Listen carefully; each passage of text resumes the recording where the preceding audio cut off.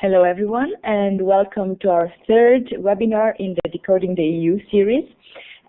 This webinar will be dedicated to the European Parliament, the third main EU institution that we are going to deal with in this course. So we've heard all about the European Commission, all about the Council of Ministers, as well as the European Council. And today we will be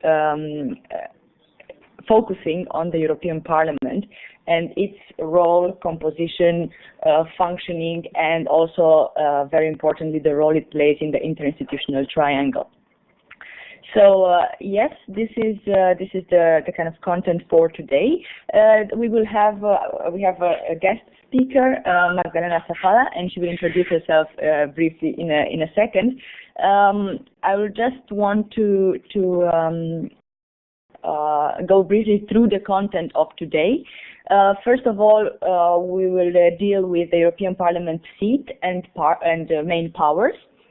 And then we will talk more about its composition, the way it is elected, and what are the main structures, political groups, the role of the president, and so on. And also, we will spend a bit more time on explaining how the Parliament actually works, especially how the committees, the parliamentary committees work, because this is where the biggest part of the parliamentary work gets done. And in the end, we will talk about how the Lisbon Treaty has influenced the work of the role and the work of the European Parliament, and we'll finish with some interesting, hopefully interesting resources that you can use in order to find out more about the European Parliament and to follow the work of the European Parliament. So this is the content of today's webinar. Of course, after the presentation, you'll have the chance to ask questions, and we really encourage you to do so. You can do that, as you know, either via the chat window that is open throughout the presentation, so you can ask your questions already while we are talking, and one of us will be answering meanwhile, or at the end. And at the end, you can ask questions with voice if you have a microphone at your disposal. And then I would ask you to press the talk button and to ask your question or make your comment, and then to press the talk button again in order to allow the other people to speak as well without having an echo effect. So that being said, I will ask Magdalena to start with her first part on the European Parliament seat and all the controversy around that, and the European Parliament's powers. Thank you, Alexandra, and hello and welcome everybody. With pleasure, I will present to you today some information and comments about the European Parliament, especially that I have been working, cooperating with this institution for last 2 years, and at first I was for more than 1 year advisor, permanent employee of the European Parliament, and recently I'm quite regular visitor of the European Parliament. I still follow the meetings of the committee, one of the committees in the European Parliament. So let me start with this one of the hottest issues discussed in the European Parliament. It's seats. As you maybe you know, the Parliament has 3 seats, which is well, for this extraordinary institution, just one more extraordinary problem, because the European Parliament first had its seat in Luxembourg, and this is the oldest seat.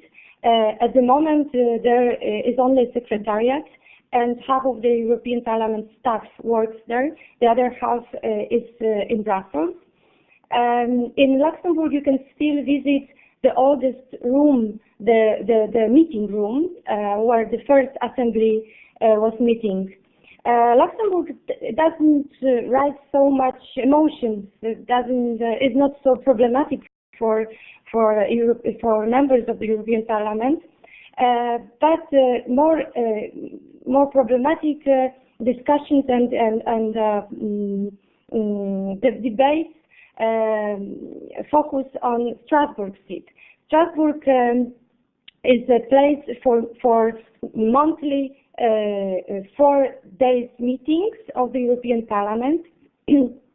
So every month for 4 days, the whole Parliament moves from Brussels to Strasbourg. And practically, I can tell you from my experience that it looks, well, we call it circus, because Friday evening, Friday afternoon, we have to pack all our staff, office, the most important papers, documents, and we put them in kind of in a box, kind of chest, and then over the weekend, big trucks bring everything to Strasbourg. So when we arrive on Monday afternoon to Strasbourg, everything is there in front of our office. Then we have to unpack everything, and from Monday afternoon to Thursday early afternoon, we work in that office in Strasbourg. Of course, as far as the content of our computers and the files that we have in the computers, this is quite well organized, because we have the same files in Brussels and in Strasbourg. This is of course technically possible, so this is quite easy. But as I said, the printed materials and also office materials we have to transport. With Strasbourg, I think more problem is, well, the Strasbourg seat is more problematic maybe practically for staff, for assistants, for advisors who have to travel, who have to leave their families, friends for a couple of days, a month, monthly, and go to Strasbourg. Because I think for MEPs it's maybe not so big issue. They just travel all the time. So I think that for them maybe it doesn't make such a difference if they go from Warsaw to Strasbourg or from Warsaw to Brussels. But of course, this is also an important issue when we think about the budget, because it costs a lot. It's up to 200 million euro per year. So there are many.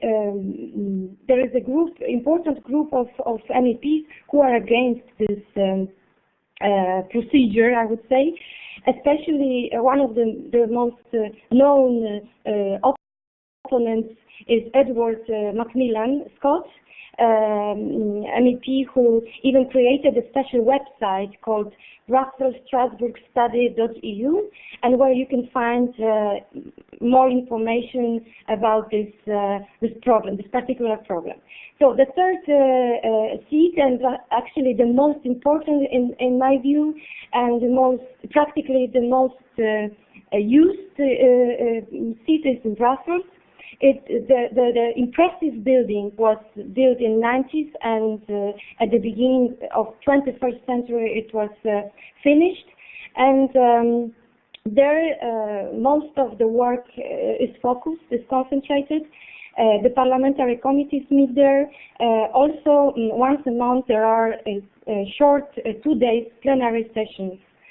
As I said, it's very costly, these 3 seats, and all in all it costs around 15% of budget of this institution, European Parliament.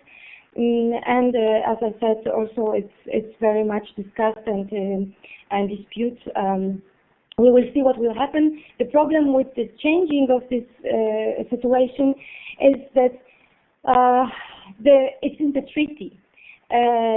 The seats of the European Parliament are mentioned in the treaty, and it can be changed only with the unanimity votes of all member states. So the European Parliament is said to be the only parliament in the world that cannot decide about its seat. So this is about the seat. Now I would like to. This is the picture with 3 pictures with 3 impressive seats of the European Parliament. both in Strasbourg and Brussels are really beautiful buildings, although Strasbourg is not comfortable. Really, it looks inside like a labyrinth. It takes long before you really know where to go and how to get to the meeting room. And also the offices of members are very, very tiny. So it's very difficult to organize meetings in an office or work together with an assistant, for example. Okay, now one more practical issue concerning the European Parliament, functioning of the European Parliament is calendar. And it's also not very regular, very normal calendar. It's a different calendar from what we know. Maybe next slide I can show you. There's the calendar. Every week has its color in this calendar because the month is divided into, can be divided into, well, 3 or 4 weeks, types of work that is conducted in the European Parliament. The red weeks, as you see in this calendar, are weeks which are spent in Strasbourg, so these are Strasbourg sessions. Blue weeks are committee meetings which take part in most of the time in Brussels. This is also this pink, a little bit pink color. Those are meetings of political groups, and green weeks are the weeks which the MEPs spend usually in their home country. They meet with their constituencies. And white weeks are weeks free weeks when members of the parliament are just on holidays or they spend it with their families. So as you see, every month, apart from August, we have this plenary session in Strasbourg. Well, about the calendar, that's it, but this is very important because when you work in the European Parliament, you have to be very conscious about the program and the plan agenda of the following weeks, and it's very well organized. So now, yeah, maybe I will tell you about the main powers of the European Parliament now. So I will switch into this, well, from these organizational issues, I will switch into the powers of the European Parliament. We divide these powers into 3 categories. It's legislative power, budgetary power, and supervisory power. As far as legislative power is concerned, of course, after the Lisbon Treaty, this power of the European Parliament was enhanced, was strengthened, and now we say that this legislative power is almost equal with or in many cases it's equal with the Council of Ministers. Then a very important role the Parliament plays as far as budgetary power is concerned, and it has increased also after the Lisbon Treaty. It decides on annual budget, and it also has more now possibility to influence the shape, the amounts included in multi-annual financial framework, so it's this multi-annual EU budget. And supervisory power, the Parliament especially, it is connected also with the budgetary power because the Parliament controls and the Parliament controls the Commission and Council expenditures, and it gives annual decision about the correctness of the expenditures of those institutions. We have also some tensions about this, especially between the Parliament and the Council, but the kind of fight between the Council and Parliament is quite common feature of our institutional setting. Thank you very much, Magdalena, for the very detailed insight into how the Parliament actually functions, because this is something that only an insider can tell you, how they actually move the documents and the boxes and everything. It's quite interesting and quite a good example of inefficiency. But again, yeah, well, maybe efficiency in traveling and packing, but inefficiency maybe in the work, the way the work is done. So, okay, now I'm going to talk first of all about the composition and how MEPs are elected, and then we'll go more towards the political groups, what is their role, how do they function, and also different other structures, organizational structures in the European Parliament. But first of all, of course, numbers are important. So how many MEPs are there? This is a very interesting and quite a tricky question at this point. It's not as straightforward. It's not as straightforward as it should or as it could be, because on the one hand we have the Lisbon Treaty that foresees 751 MEPs. The Lisbon Treaty entered into force in December 2009. The last EP elections, the last European Parliament elections, were held in June 2009. So, by June 2009, the Lisbon Treaty had not yet entered into force. So basically, in different member states, the citizens would not elect 751 MEPs in total, but they had to elect 736 MEPs because that was the legal framework at that point in time, set up by the Nice Treaty, amended by the accession treaty of Romania and Bulgaria. So that was the legal framework at this time. So 736 MEPs were elected in June 2009. However, 6 months later, less than 6 months later, Lisbon Treaty came into force, and it complicated things further because, as I said, it foresees 751 MEPs. So 18 new extra MEPs from 12 member states. So 12 member states would gain either 1, 2, or 3 MEPs. I think Spain would gain 3, that is the most. But now there is a problem, and Germany would lose 3. Germany would be the only country that would actually lose 3 MEPs in this arrangement. But don't fear, it got something else in return, because normally no country gives up on such a thing or on its power in any of the institutions if it doesn't get something in return within a package deal. This is how it looked like after Lisbon. There were 736 elected MEPs, currently elected MEPs, but the treaty said something different. How do you solve this matter? Of course, you need a treaty change. That's the basic rule, treaty change. There are more problems related to that, because Germany would have to send back home 3 MEPs. That is not possible, because first of all, how would you choose these 3 MEPs who to send home? There is no way to do that. And secondly, they were actually legally elected for 5 years, so you cannot send any of them home. So they would have to be kept. But then the de facto number would be 754 MEPs.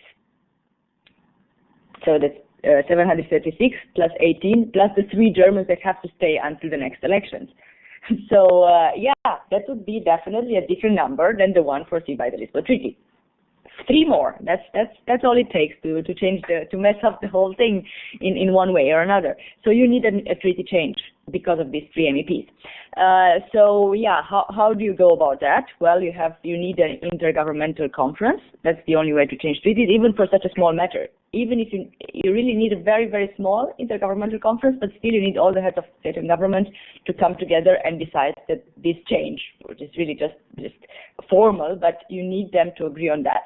And then it needs to pass in all the parliaments of the member states and to be ratified, because it's a treaty change. So all this fuss for the 3 extra MEPs. So the earliest that can happen to be ratified in all the member states will be with the exception of the next member state, which may probably be Croatia, but still it will take at least 1-2 years. So it's almost the time for new elections. So it doesn't make that much sense. But just to show you that that's how things work. And when treaty change is required, all this lengthy and cumbersome process comes into place. So that's an issue.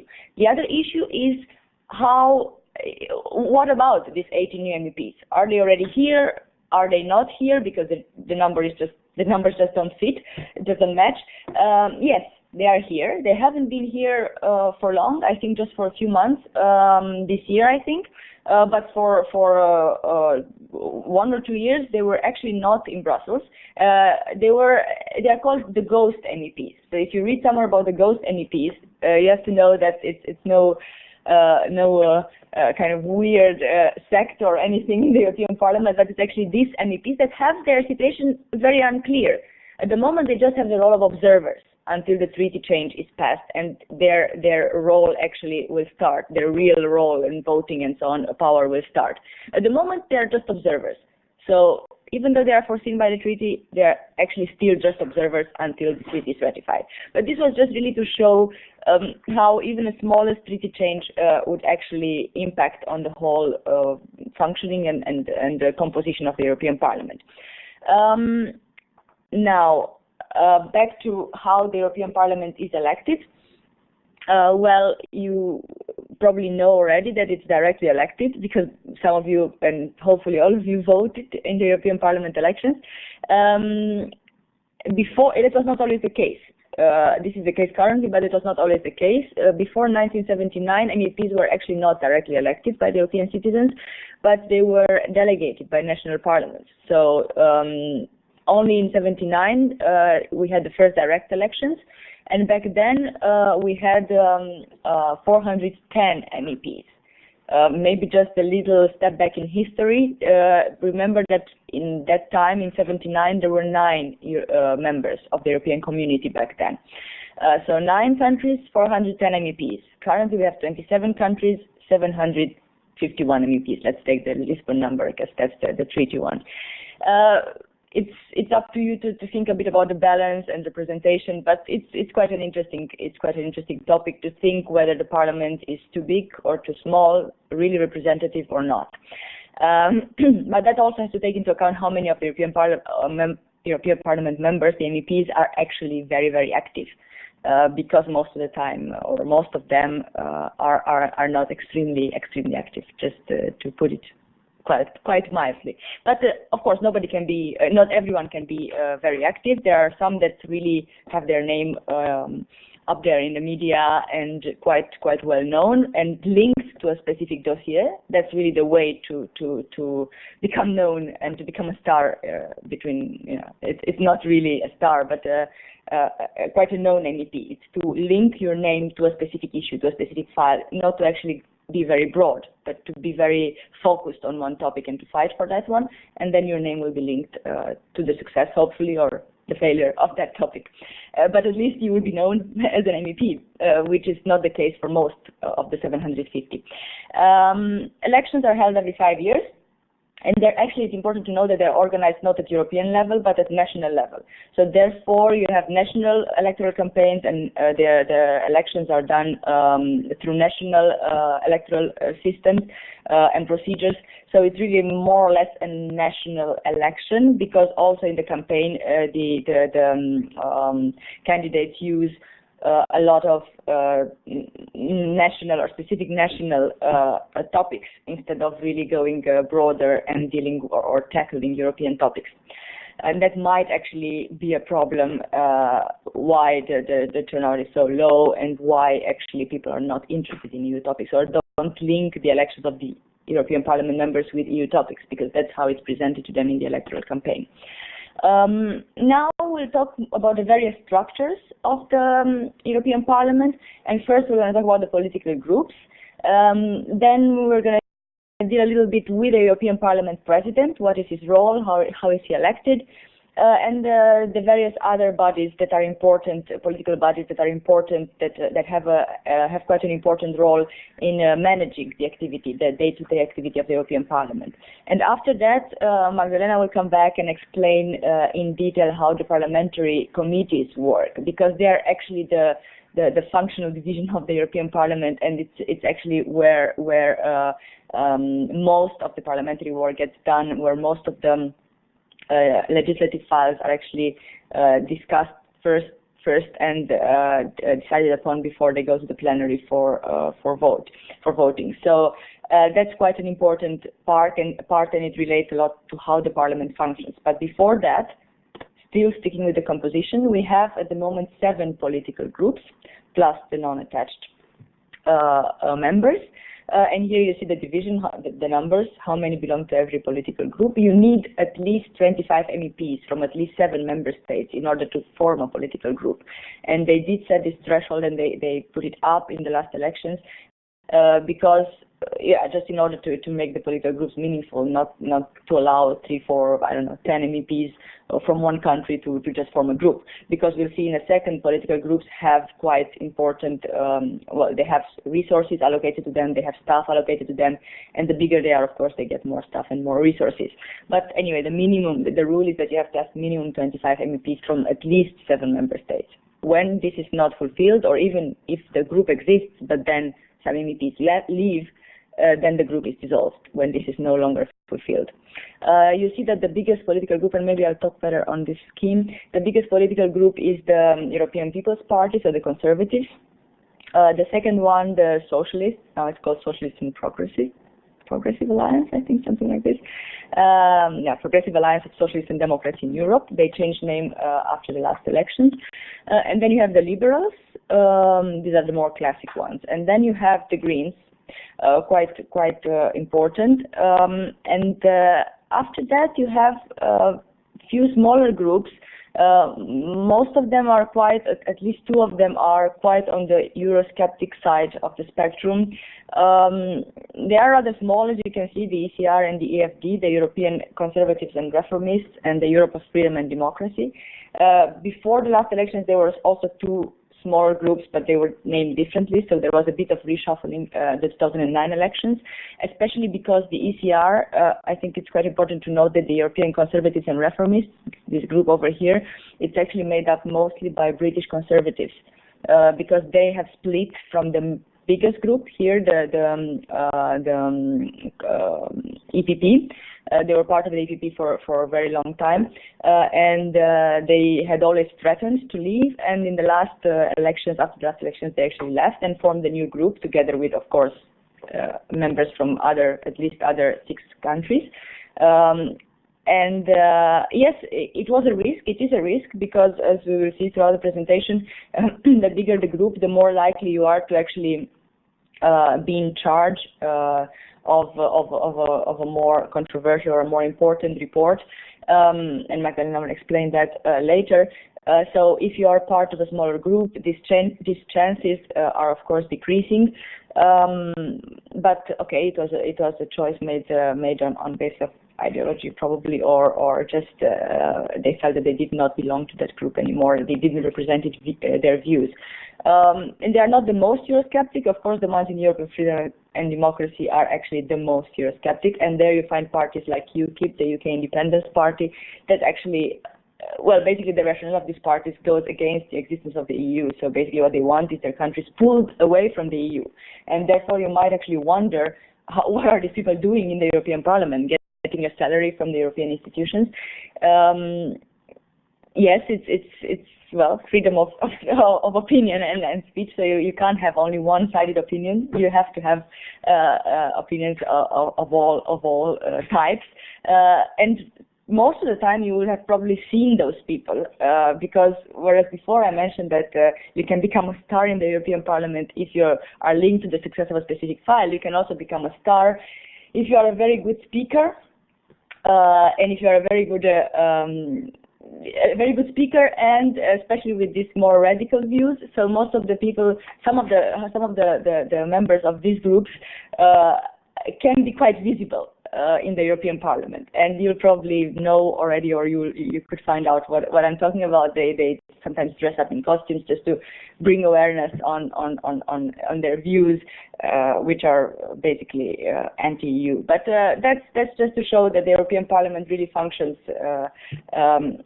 a bit differently from the national parliaments, and that's something I still want to stress when we still look at this picture.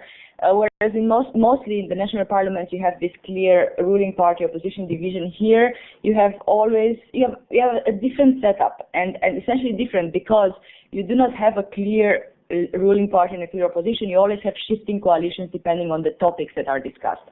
And you can see that very well, and perhaps at the end we'll have a bit of time to show, or at least to point you to a resource or a website where you can actually check how these coalitions are formed and who they are made up by, topic by topic. And that's quite interesting to follow that up if you're really interested in analyzing the work of the European Parliament. Just important to know that it's really important for the MEPs to work together, and we'll see in the next slides how they do that. To work together, even if it's a cross-party, cross-political group, in order to ensure that a legislative report is actually passing without too many hurdles, too many amendments, too many problems. So that's something to keep in mind when you see the picture about the composition of the European Parliament. As I mentioned, political groups have financial means, resources, they have staff assigned to them, and the bigger the group, the bigger the staff. And then you also have one president, so each political group has a president, and he or she represents the political group in the plenary and also holds formal and informal meetings with the presidents of the other political groups. And we will talk in a second about the Conference of Presidents and what is its role. The political groups, as Magdalena mentioned, meet in Brussels in the political group week, the one you saw blue, I think, in the calendar. And so 1 week per month, sometimes even more, a bit more, depending on the load, the workload they have. They also meet during the plenary session in Strasbourg. They meet briefly just to actually decide or talk again about their viewpoint on various files to be voted. And then the political groups, it was not the blue, I think. The political groups, or the pink. Yes, it was the pink. But in any case, you can go back to the calendar, and you can see that you can study that better for yourself. I think the committees are the blue. Yeah. But it doesn't matter. That's all in the calendar. So they do have strict times when they meet, and they do have a position that has to be more or less accepted and adopted by all the members, and actually there is no voting requirement, so they do not necessarily have to vote with their political groups, but actually most MEPs do. Some of them are not so loyal to their groups, but some of them do take the voting suggestions more seriously than others. The European Parliament President, well, first of all, what's the term of office? The President is in office for 2.5 years. So actually, during one mandate of the European Parliament, you have two presidents. And the roles of the President of the European Parliament are mainly representative. So he doesn't have a very important role in the decision making, but it's more representative. He chairs the plenary sessions. He oversees the general management and the activity of the European Parliament, ensures that the rules of procedures are respected, represents the European Parliament externally and also towards the other EU institutions. He will convey the view of the European Parliament in the European Council, and then in the very beginning of the summit. And then he also has to basically rubber stamp, sign all the EU texts adopted through co-decision procedure, as well as the EU budget. But the controversy about the European Parliament President is that he or she is not actually freely and democratically elected. There is a backstage agreement here behind the closed doors. Basically, for the last mandates, it goes way back. The two main political groups, the two biggest political groups, you saw the Conservatives and the Socialists, actually have a deal to actually split the mandate. Half the mandate is the president will be from one group and half the mandate from the other. So that's why 2.5 years. Currently, you have Martin Schulz from Germany, from the Socialists, and before you had a Polish Conservative. So this deal goes on to the disapproval of the smaller political groups that kind of never have the chance to get the president role. But you always have to bear in mind the president role is really representative. Nevertheless, maybe democratic and open elections would actually benefit at least the transparency of the parliament. Beside the Parliament President, you also have various other political bodies that I think are worth mentioning. We have first of all the Vice President. You have 14 of them dealing with various specific issues, and then you have the 5 casters that deal with mainly administrative and financial issues. And then you have 3 specific bodies that are performing quite important tasks. You have the Bureau of the European Parliament that comprises the President, the Vice President, and the casters. And they actually deal with the day-to-day, they manage the day-to-day business of the European Parliament. They meet quite often in order to make sure that everything goes on the right track. And then you have the Conference of Presidents and the Conference of Committee Chairmen. So the Conference of Presidents brings together the presidents of the political groups. So all these political groups, the 7 groups that you've seen before, their presidents meet formally in the Conference of Presidents, and they can meet up to from 2 times a month up to basically weekly if they have more work on their agenda. And it's quite important, as I said, for them to meet in order to become aware of the others' positions regarding the legislative files that are being discussed at the moment. And this is really an important part of their work, to actually talk to each other and know the concerns of the other political groups. Then the other body is the Conference of Committee Chairmen. So it's quite similar in a role like the Conference of Presidents, but this one brings together the chairman or the chairpersons of the various committees, and you will see in a second what the committees are.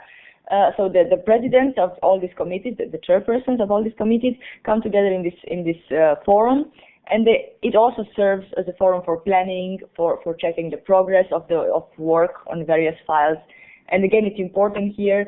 Of course, you will see in a second that the committees work on specific topics. You have a committee for every topic. But as we know, most of the EU issues are cross-cutting. So they cut across various areas, various policy areas, and therefore it's important that the various committees actually meet, and the presidents meet and try to discuss, to see their positions on the topics, on the legislative pieces being discussed. And yes, this is it. Now I hand over to Magdalena again to tell you more about the parliamentary committees and how they work.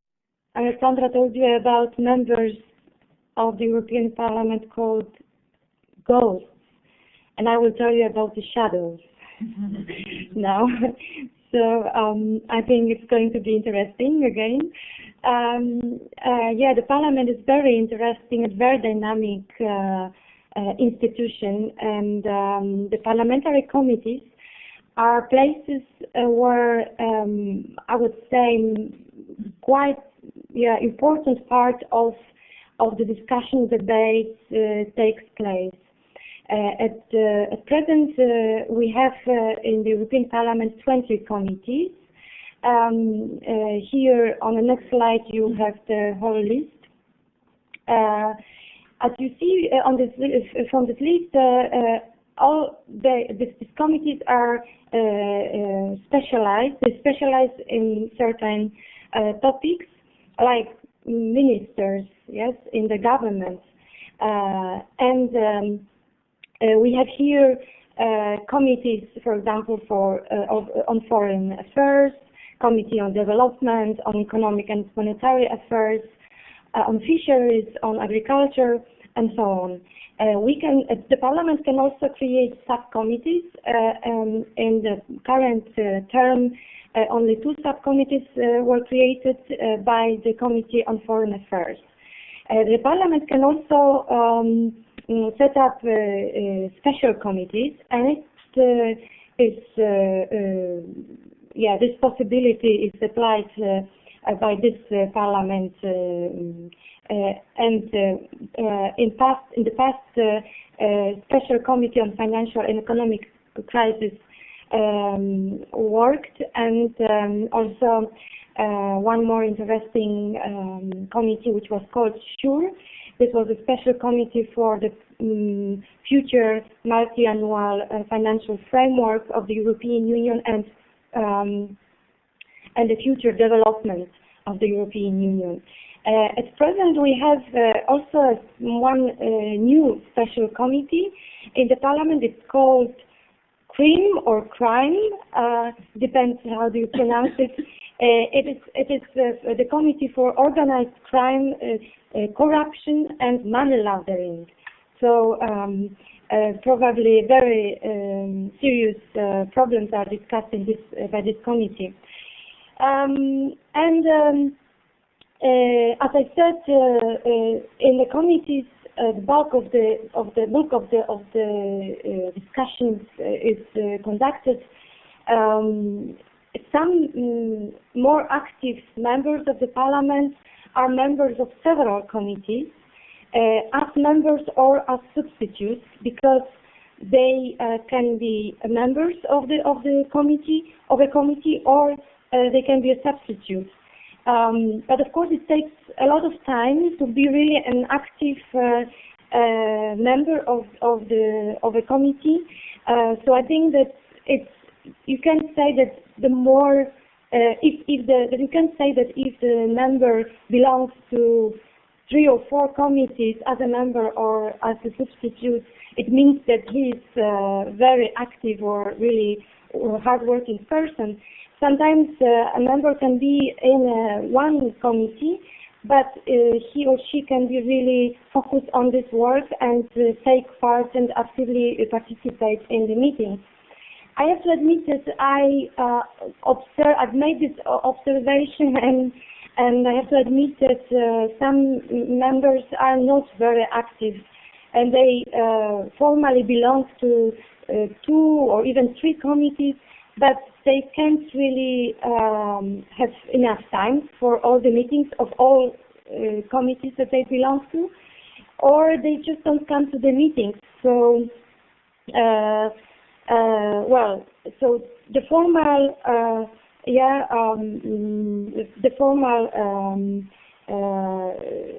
belonging to the committee doesn't mean that the MEP is really active. Each committee is chaired by the chair. The chair also represents the committee during the plenary meeting and helps determine the agenda of the committee. The chair, of course, is also responsible for an order during the meeting, and he or she plays really important role because can really organize the discussion, the debate. The chair is always assisted by 3 vice chairpersons. Each political group, sorry, each political group has in each of the committees its special representative, who is called group coordinator. This is quite prestigious function, and this group coordinator is a person in a given committee who reports to the political group about the discussions, about the outcomes of the debates which were conducted in the committee. In the architecture of parliamentary committees, one more important person is always a reporter, a MEP, a member of the parliament who is a reporter, who prepares the report. Because when the legislative proposal from the European Commission arrives in the European Parliament, the President of the Parliament decides which committee would get it.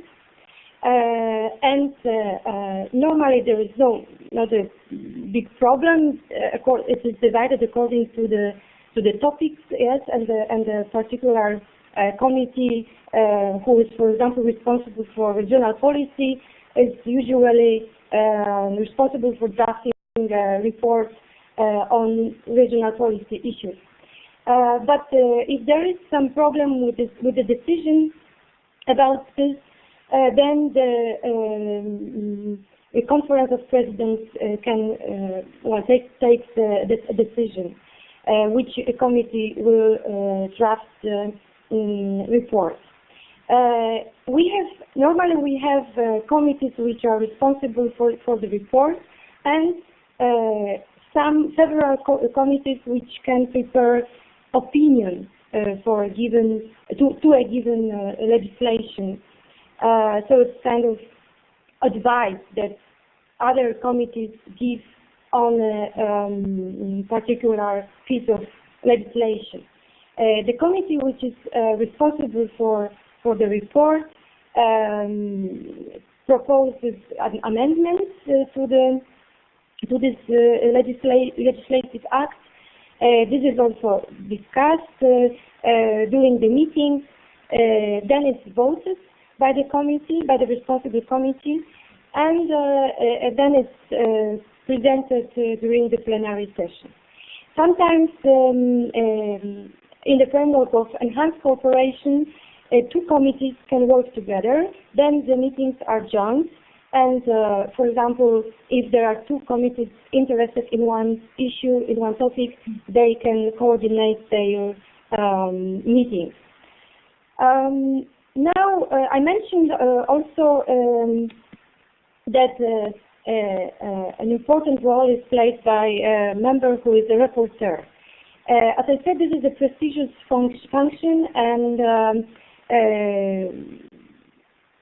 it's quite important for each political group to appoint, to be able to appoint their rapporteur in a committee. The decision who will be a reporter depends on the size of a political group. Actually, this is kind of maybe a weird thing also in the European Parliament. Each political group has its amount of points, and when it comes to deciding about who will be a reporter, the size of the political group determines the quota of points, and then reporterships are auctioned. So the importance of reportership is reflected in this competition among political groups for this role. And each party receives the quota of points proportional to its size, as I said, with which it bids against other parties for the right to choose the reporter in this competitive auction. So once we have this reporter appointed, then he thoroughly examines the issue, and also he should consult interest representations. He should conduct really deep examination of an issue. He should discuss it with interested parties, also with shadow reporters, because I mentioned about the shadow reporters. Apart from a reporter who is responsible for a given legislative act, each political group can appoint its shadow reporter who follows works of the main reporter for this legislative proposal. So shadow reporters also, of course, report to their political group about the progress in works, and he controls. I would say he or she controls the activities of the main reporter. The reporter presents his or her report, draft report, which is, as I said, deeply discussed during the committee meeting. I would like to add also that many decisions about the content of the report are taken outside of the committee meetings, the parliamentary committee meetings. I would say on corridors of the European Parliament and during so-called working groups meetings. So those are smaller groups of interested members of the parliament, and usually they go very much into details about this particular topic, and they negotiate the final shape of the report. The report is voted, as I said, in the committee, and then the report is presented during the plenary session. Also, the reporter is responsible for presenting this report to the rest of the members of the European Parliament. The reporter can also give his or her views on the amendments which are proposed by the plenary. So, as you see, the reporter is really a person who is very much involved in a given in a discussion of a given legislative proposal, and it's a person who can really influence the outcome of a discussion. He or she has also the possibility to speak more during the committee meetings and during the plenary meetings. Normally the speaking time is very limited, so it's a very good opportunity to present his or her views.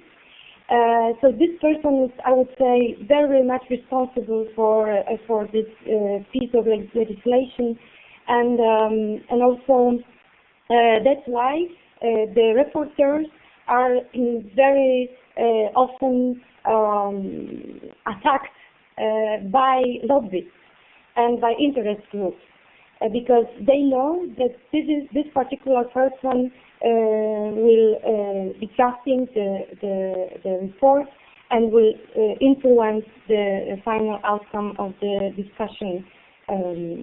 Usually it is like this. Now about the plenary session, and I think that now Alexandra can tell you more. Although I can tell you about the plenary session from my experience that this big regular plenary session takes place in Strasbourg, and this is the moment when we see this. Usually, we see this on the TV, in the programs, in some programs on TV, because this is the most popular moment to present in the television. But as I mentioned, most of the decisions are taken effectively during the different meetings. The plenary moment is just its final moment when only the final voting is conducted. But in fact, all the decisions were taken previously, and of course, at the moment of plenary session, we already, most of the time, we know what should be the result of voting. So during the plenary, very seldom we see any unexpected changes of the debate. Maybe Alexandra will tell you more now about the practical issues of the debates and program during the plenary session. Yes, thanks a lot, Magdalena, for that. I just didn't want to say much more on the plenary session. Of course, your experience is more valuable, but I just wanted to mention just what you see on the slide as well, that there is a very clear and strict schedule, and every political group has a speaking time allocated for each file, and also the Commission has a specific time slot in order to present this proposal, so the initial proposal, because as you remember, the initial proposal always comes from the European Commission, and the Council also has a time slot to present its own position. And then you have, of course, the rapporteur, as Magdalena said, is the most important person in charge of that file, and he or she will be presenting basically the result of the committee work. And then you have the general debating time split into the various political groups. And the other thing I just wanted to mention is that usually the voting is set at fixed times. Why? Because most of the times, if you will watch it online, the plenary session, you can watch it online.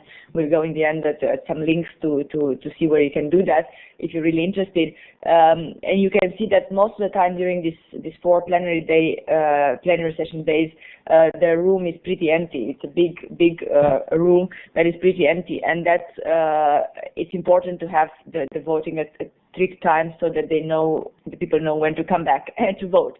This is not necessarily very fair, because obviously you should vote only after a discussion, but most of the times they're not there for discussion, but just for the vote itself.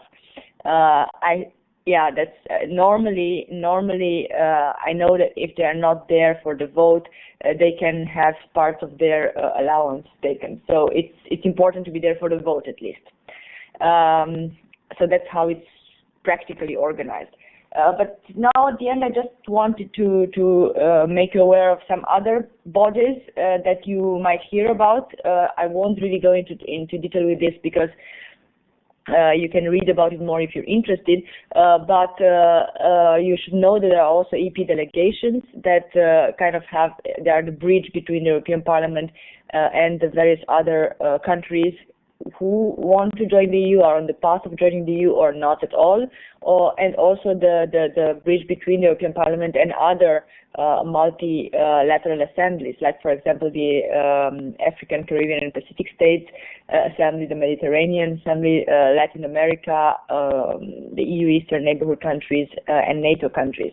So the European Parliament does have these delegations established, around 20-30 members per delegation. Some of them are more popular because of the traveling involved to some quite popular countries. Some of them less, because also they go fact-finding in war zones and so on. So obviously that's an important work, and it could be quite interesting, and it can be related a lot to foreign affairs, but also to, even though, as probably was mentioned already in the last webinars, the European Parliament does not have a big say in European foreign policy, but this is the only a part of the Foreign Affairs Committee. So there is a Committee on Foreign Affairs, quite popular one as well. The delegations are also quite popular. And their role is quite important as well. So it's good to have members of the European Parliament going and visiting these countries, writing reports about what they see there, and also establishing relations with the parliaments for the accession countries as well. This being said, we're just going to try to draw a conclusion, but not before mentioning another practical aspect, and that is the translation and interpretation. As you know, the EU has 23 official languages, so the language combinations the number of language combinations can be quite stunning, and also weird combinations like Finnish, Hungarian, Estonian, Danish, and so on. So it's really, really a lot. So a lot of EP staff is actually dedicated to translation and interpretation tasks. So a lot of the resources, the budget also goes on that. The plenary sessions are interpreted in all 23 languages.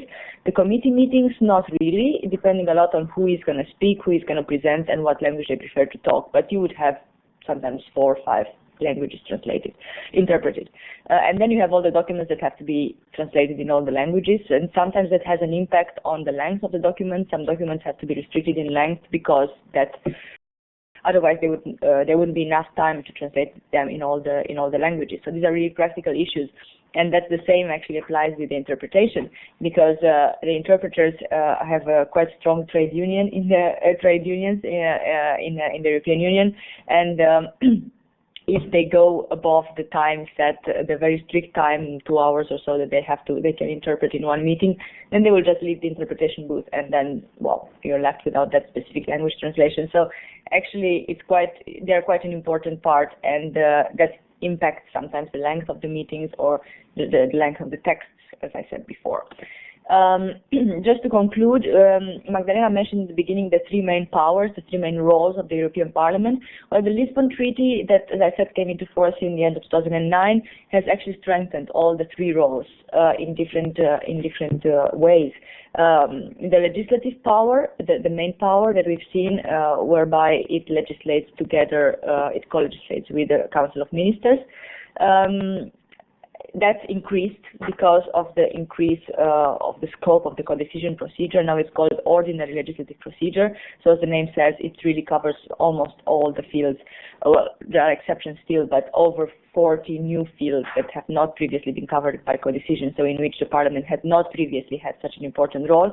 Now the Parliament has an equal role with the Council in deciding over those fields as well.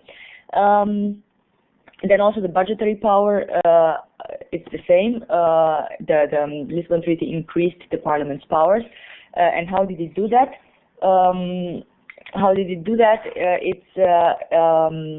Before Lisbon, you had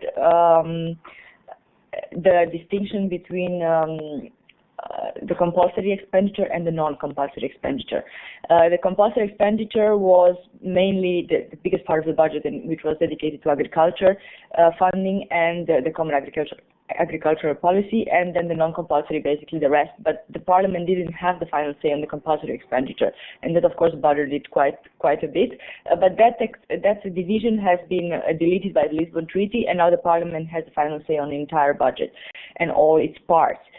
So together with the Council. The European Parliament, regarding the third power, the supervisory power that we've seen in the beginning, this has not yet, or this is not been visible that the Lisbon Treaty has increased it.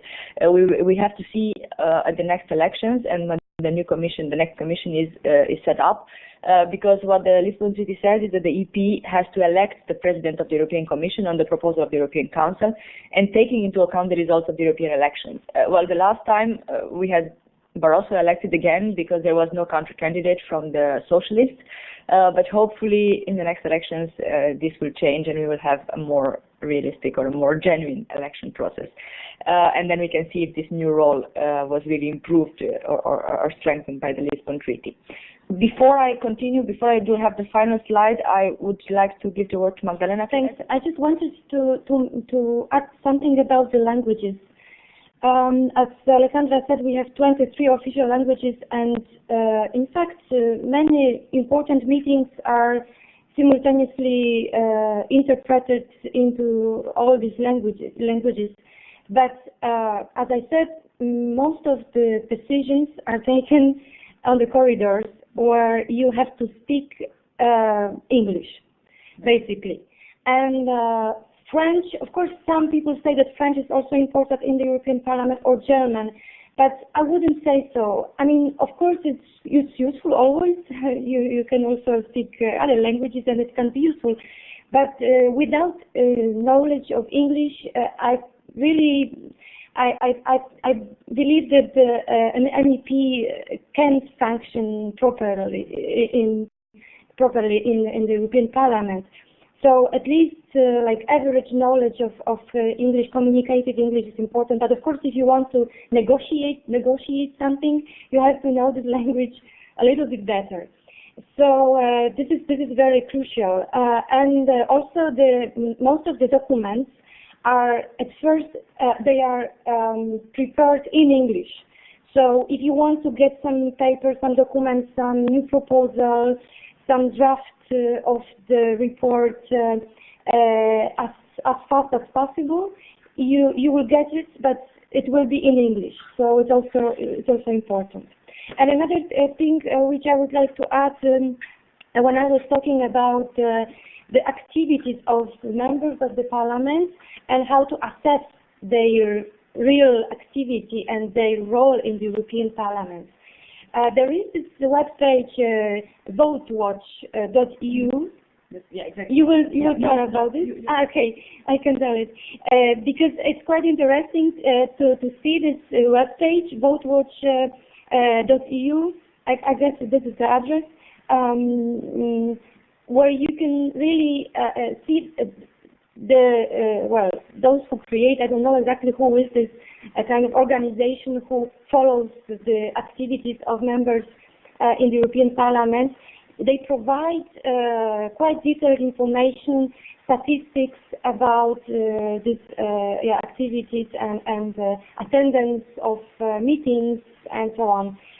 But of course, you also have to read this carefully because the statistics can lie. And as I said, during the plenary meetings, very often those who are the most active are not so active or are not at all active during the committee meetings, when you can really influence the decisions and when you can really do something about an issue or a problem.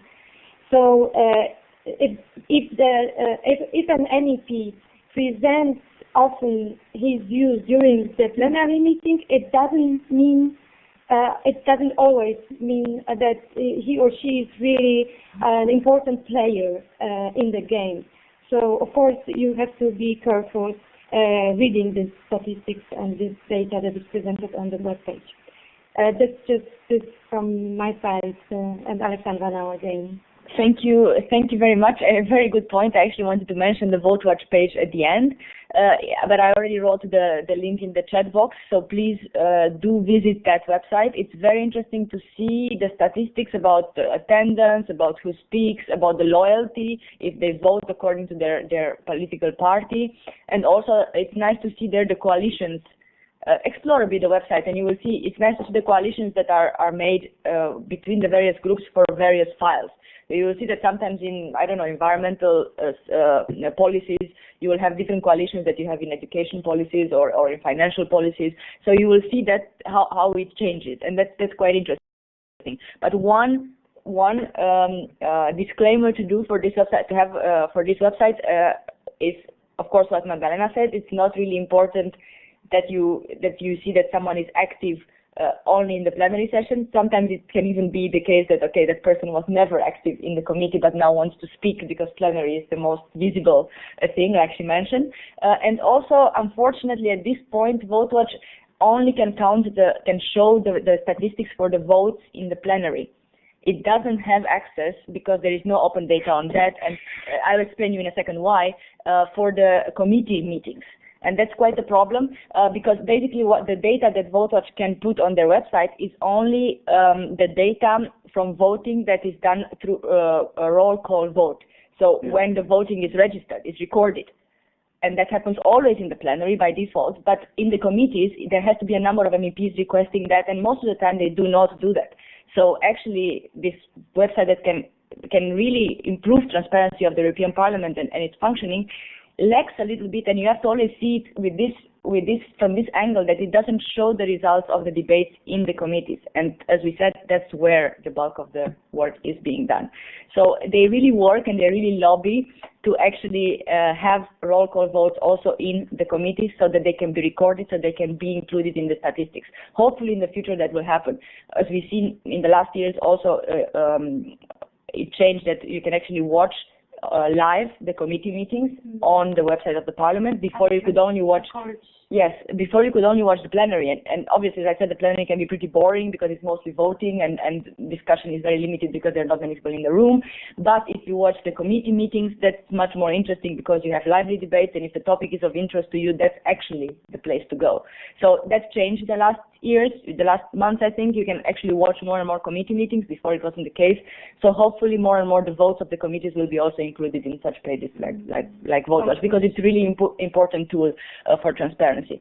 And just to finish, because we already started to talk about sources of information and where you can follow up the Parliament's work, just to finish with a very general picture of the Parliament. As we know, it is the only directly elected institution out of all the EU institutions, so therefore it is the democratic element, or should be the democratic element of the European Union, and it has gained more and more powers with every single treaty, and we've seen what the Lisbon Treaty has actually increased in its powers, but there is very low turnout for European elections, as we all know, in all the European countries, and that can be explained by many factors, by the way media portrays the European Union, by the national fragmented campaigns that focus mainly on national issues and not on European issues, and also the lack of information, and even worse, the lack of interest in most of the European countries in finding out the real the real extent to which the European Parliament actually influences everyday life of the European citizens. So that's currently the issue to think about in relation to the European Parliament. We talk a lot, or there is a lot of talk about a democratic deficit. Yes, the European Parliament is a democratic element because it is elected directly by the citizens, but how many people do actually go to vote? So is it really democratic? Is it really representative then? that's really up for debate and discussion, and that differs a lot from country to country, but there is a general trend in really disinterest or lack of focus on European issues and European-wide debates. Here you have a list. To this I would add the votewatch.eu that I put in the chat room, the various information sources where you can watch the live streaming from the committee meetings or for the plenary. You can, in the Legislative Observatory, for example, you can check the legislation, the process. You can, for example, follow one piece of legislation through the whole legislative process, and you will see the role of the Parliament, in what committees is debated. It's quite an interesting and very important tool if you want to monitor EU legislation.